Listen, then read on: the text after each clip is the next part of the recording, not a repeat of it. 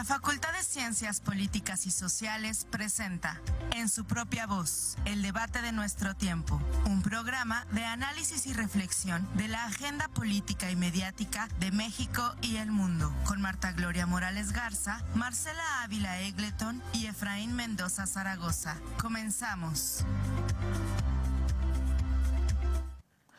Buenos días, ¿qué tal?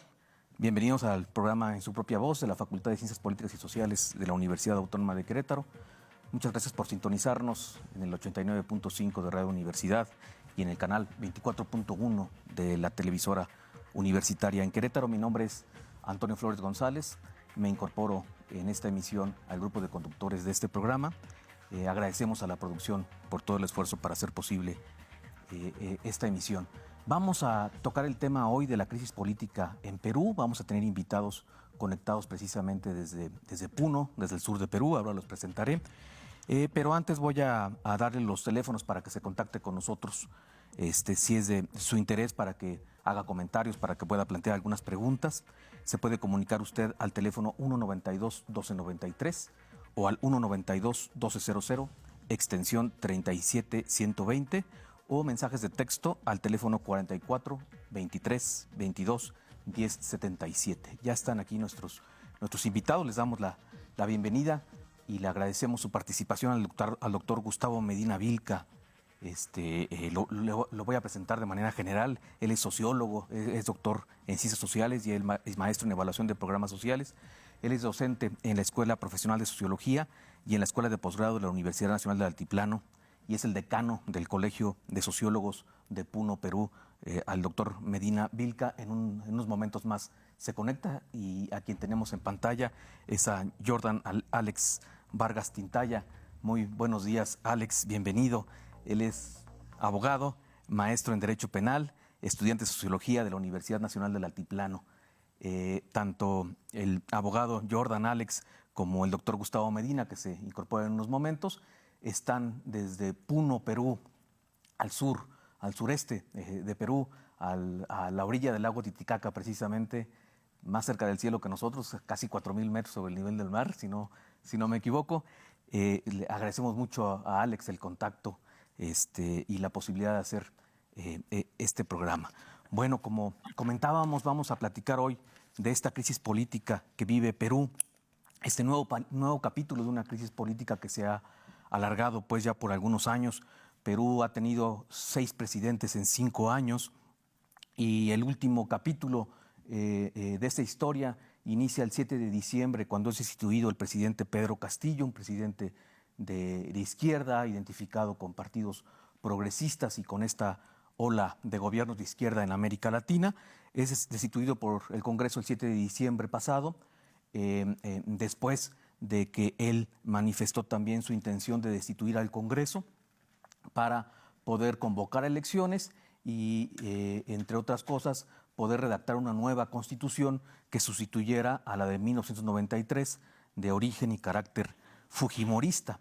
Esta destitución y encarcelamiento de Pedro Castillo pues desencadenó una serie de manifestaciones en varias regiones del Perú, en Puno de manera muy importante, recientemente en Lima de manera muy fuerte también, aunque desde el principio, desde luego que Lima como capital de Perú era sede de esas manifestaciones que demandaban puntualmente la restitución de Pedro Castillo, la destitución del Congreso, la convocatoria de nuevas elecciones, pero que también manifestaba una inquietud popular pues de manifestarse en contra del viejo orden fujimorista, ¿no? Estas manifestaciones han sido reprimidas en diversas regiones del Perú, y de fondo pues en esta movilización también está desde luego la profunda desigualdad que vive el Perú y el tema de la discriminación y racismo que caracteriza, nos van a comentar ahora los invitados, a la política peruana. Ya está con nosotros también el doctor Gustavo Medina Vilca, ya lo hemos presentado. Doctor, muy buenos días, muchísimas gracias por conectarse con nosotros.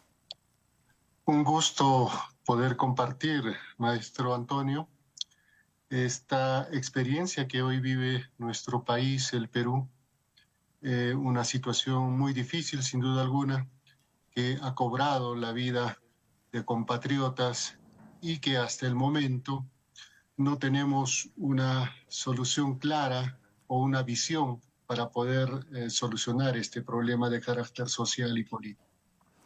Doctor, queremos empezar platicando con usted sobre dos temas generales, después a abordar algunos otros dos con el abogado Jordan Alex Vargas. Pero doctor Gustavo Medina, ¿por qué es tan difícil gobernar Perú? ¿Por qué vemos desde afuera la destitución constante de presidentes, las figuras como la vacancia por incapacidad moral que no tenemos en otros países? ¿Y qué representa la figura de Pedro Castillo? Vamos a empezar por ahí. Bien, yo creo que algo que resume lo que es el Perú en realidad hasta hoy, pese a haber pasado todo este proceso independentista, es de que existe un Perú oficial y un otro Perú. ¿Y eso qué significa? Significa que el Perú oficial, en términos, vamos a decir, históricos, pues siempre ha sido representado por la capital, Lima. Y el otro Perú es aquel que representa todas las regiones, todos los departamentos que constituyen política y administrativamente el Perú. Sin embargo, este proceso debemos recordar que tiene su origen, el punto de inicio y el punto de quiebre creo que es el proceso independentista que hemos vivido en nuestro país. ¿Y eso se debe a qué? De que nuestro proceso independentista ha sido un proceso muy sui generis en América Latina, que ha sido promovido por un grupo de criollos y mestizos, ¿no? Descendientes, evidentemente, del periodo de conquista española.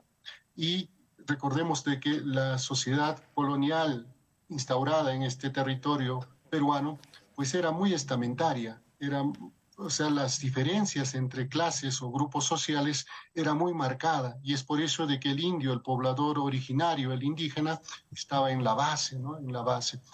Luego, en el proceso independentista también debemos recordar la aparición de un actor que hoy en día ocupa un papel importante o juega un rol importante incluso en la política nacional, que tiene que ver con los militares. Los militares adquieren vamos a decir, una condición de ser ciudadanos incluso de otro nivel más que los pobladores indígenas o originarios de nuestro país, porque ellos se atribuyen a haber ganado una última batalla, la batalla de Ayacucho, y a partir de ahí empieza su empoderamiento dentro de la estructura del Estado, de ese nuevo Estado peruano, y que lo han ido conduciendo a lo largo de casi, vamos a decir, el 75% de gobiernos que se ha tenido desde la independencia son militares, ¿no? Son gobiernos militares. Y estos gobiernos militares, obviamente, han ido, en el proceso histórico, han ido trabajando, han ido gobernando con la aristocracia peruana, con la oligarquía peruana. Entonces quiere decir de que la política estaba muy vinculada al aspecto económico en el caso peruano. Por otro lado, tenemos que entender de que a la conmemoración de los 100 años de independencia del Perú, en 1821, aparecen las discusiones nacionales justamente ¿para qué? Para reivindicar, ¿no?, a ese indio que se llamaba en ese momento, ¿no? Y justamente todo eso lo aborda, por ejemplo, vamos a decir, autodidacta José Carlos Mariátegui, ¿no?, y que habla sobre el problema del indio, la necesidad que existe en el Perú de reivindicar a esta población originaria, como darles tierra para que trabajen, ¿no?, darles educación, darles mejores condiciones de vida. Algo que después de 200 años todavía se seguía reclamando. En todo ese proceso, evidentemente, podemos encontrar la figura de un militar con una tendencia más social, podríamos decir, como es la figura de Velasco Alvarado, quien justamente hace y posibilita en la década del 60, a finales de la década del 60, la reforma agraria. Esa reforma agraria que significó darle tierra al campesino peruano, para que él lo trabaje. Sin embargo, podemos decir de que esos cambios han sido interrumpidos por un segundo gobierno militar, ¿no?, que no tenía la misma aceptación por parte de la mayoría de la población. Me refiero a Morales Bermúdez, y quien en ese momento pues convoca a una asamblea constituyente, y que justamente es el centro de discusión, la Constitución del año de 1979, ¿no? Doctor. Esa Constitución del 79 que a lo largo de los subsiguientes procesos electorales, incluso que es elegido Pedro Castillo, ¿no? Es el tema de discusión central y hasta el momento sigue siendo el tema de discusión central, la vigencia, el retorno para muchos hacia esa Constitución del 79. Doctor, posteriormente, sí, doctor. ¿Y qué representa en años recientes el fujimorismo en Perú y frente a él la figura de Castillo? El fujimorismo representa para el Perú, ¿no? Vamos a decir, una etapa donde podemos decir que ha existido violencia política del Estado, donde ha habido para muchos una imposición de una constitución del año de 1993 que ha significado vamos a decir, la dominación, ¿no?, del capital extranjero mediante el modelo neoliberal, ¿no?, del Perú, de los gobernantes, y por tanto también ha significado una época donde se ha impulsado mucho la antipolítica, la represión hacia los movimientos sociales. El fujimorismo representa también para muchos, vamos a decir, desde una perspectiva positiva, de repente la estabilidad política, la pacificación del Perú contra los movimientos subversivos y terroristas, ¿no? Pero en última instancia, al final de su gobierno, representó el símbolo, se terminó, ¿no?, vamos a decir, presentando como un gobierno plagado de corrupción, de actos de corrupción, ¿no? Entonces eso ha quedado en la mentalidad del peruano de a pie, y hoy en día se entiende que un gobierno, ¿no?, de Fujimori o de la familia Fujimori, ¿no?, pues significaría más actos de corrupción, más venta de recursos naturales hacia grupos de poder hegemónico en el Perú, ¿no? Y por tanto, obviamente, como dicen, la población no se beneficia, la población no ha sentido esa estabilidad, ese crecimiento económico de manera concreta, ni siquiera en la atención de los servicios básicos de salud y educación, que durante el periodo de pandemia se ha desvirtuado y se ha visto de que cuánta es la brecha que existe entre el campo y la ciudad, entre la capital y los departamentos en el Perú. Doctor, ¿y qué representa Pedro Castillo en estos últimos años para la población y frente al proyecto fujimorista? Yo creo que hay que entender de que en todo este proceso histórico del Perú siempre ha existido, si bien es cierto, manifestaciones de desigualdad y de racismo étnico-cultural, ¿no? Y eso se debe al hecho de que en el Perú no hemos tenido, pues, clases gobernantes, no hemos tenido una clase política, ¿no? Una clase política que sea capaz de establecer, ¿no?, consensos, diálogos, desde una perspectiva obviamente intercultural, ¿no?, entre la población peruana. No existe una nación peruana en sí misma, ¿no? Es por eso que hoy en día incluso nosotros asistimos a un proceso que le llamamos de identidades regionales, ¿no? Tal es así de que se está recobrando, en el caso de la región Puno, se habla, por ejemplo, de los quechuas, de los aymaras, ¿no? Se habla de los huancas por el centro del Perú, etcétera. Entonces, eso nos lleva a entender de que en el Perú había todo un proceso de discriminación y de desigualdades sociales. La aparición de Pedro Castillo en el escenario político se debe justamente al hecho de que no hay una clase política formada por partidos políticos institucionalizados. Pedro Castillo aparece de similar manera, podemos decir incluso, que Alberto Fujimori, como un outsider, ¿no? Un outsider que nadie lo conocía, que el único antecedente que se tenía de él era de que había dirigido un movimiento magisterial de protesta y de reivindicación de profesores a nivel nacional, ¿no? Entonces, en él la población encuentra nuevamente vamos a decir, a un líder, ¿no?, con un discurso reivindicacionista y como un líder que también recogió esa demanda de la población de una nueva constitución, de instaurar en un posible gobierno una asamblea constituyente, ¿no? Entonces, sin embargo, también se entendió de que podría posibilitarse en alguna medida algunos cambios estructurales como la nacionalización de algunas empresas o de algunos sectores estratégicos para el Perú. Y en ese entender, cuando llega al gobierno, pues nos vamos dando cuenta de que este presidente de la República tenía serias dificultades, ¿no?, para poder gobernar, como el desconocimiento incluso del aparato estatal y también quienes vamos a decir, se empezó a dar una una lucha entre poderes, ¿no?, entre el poder ejecutivo con el poder legislativo, hecho que desencadena obviamente vamos a decir, en una conspiración de los representantes de los partidos de derecha y de centro en el Perú para poder insistir con una posible vacancia presidencial, ¿no? Entonces todo eso fue algunos antecedentes a grandes rasgos que surgieron Gracias, a partir de la aparición de Pedro Castillo. Gracias, doctor Gustavo Medina, decano del Colegio de Sociólogos de Puno, Perú. Vamos con la participación del abogado Jordan Alex Vargas Tintaya, también allá desde Puno. Bienvenido, muy buenos días. Muchas gracias por la invitación. Alex, con confianza me dirijo a ti, desde luego. Nos conocemos hace algunos años. Queremos preguntarte la situación en particular en Puno, bueno, de las movilizaciones en general en Perú y en particular en Puno, también por esas características étnicas que nos mencionaba el doctor Gustavo Medina. Buenos días. Primero que nada, Buenos días. saludar al pueblo mexicano y agradecerles el interés que le ponen a este tema.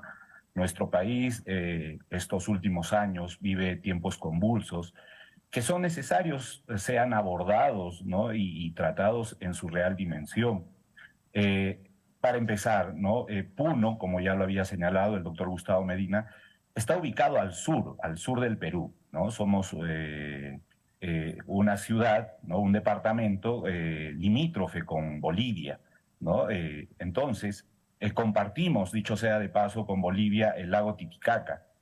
Tenemos un acercamiento cultural bastante profundo acá en la región Puno, pero también tenemos nuestras particularidades nacionales.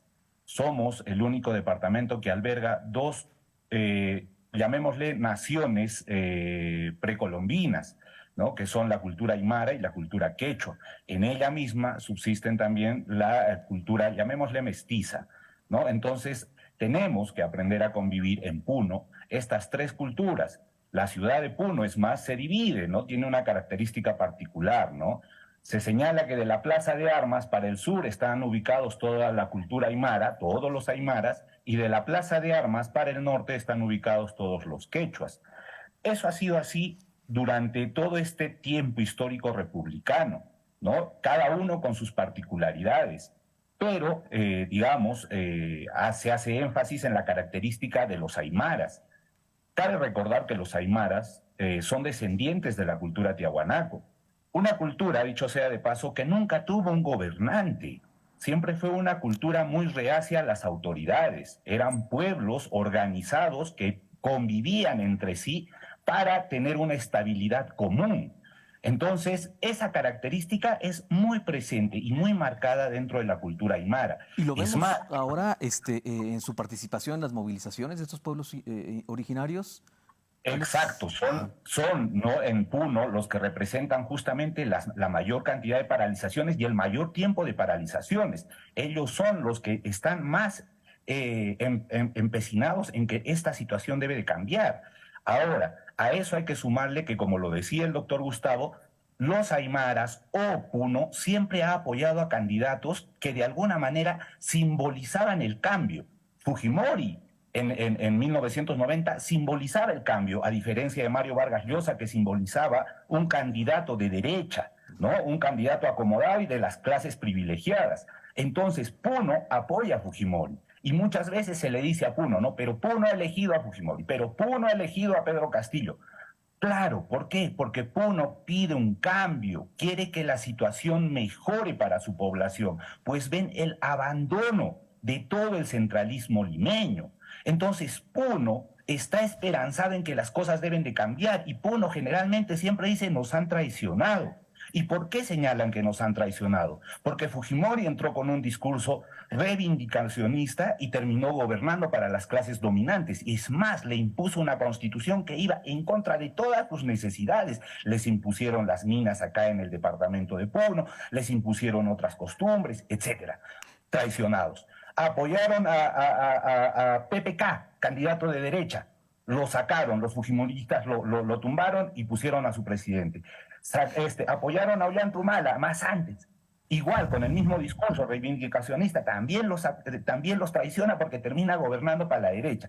Ahora ponen a un presidente utilizando las mismas reglas democráticas que ellos consideran que debe de representarlos y el Congreso lo saca.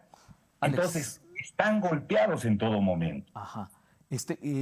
Tenemos poco tiempo. Quisiera que nos comentaran cuál es la situación actual de la represión. Escuchábamos algunos días, incluso el primer muerto en Lima, que se suma ya a cerca de 60, me parece, a lo largo del país, 60, 70. ¿Cuál es la situación en este momento? Nos quedan pocos minutos para que nos vayamos un poquito con ese contexto y con lo que ustedes visualizan que puede pasar en los siguientes días. Uno corto.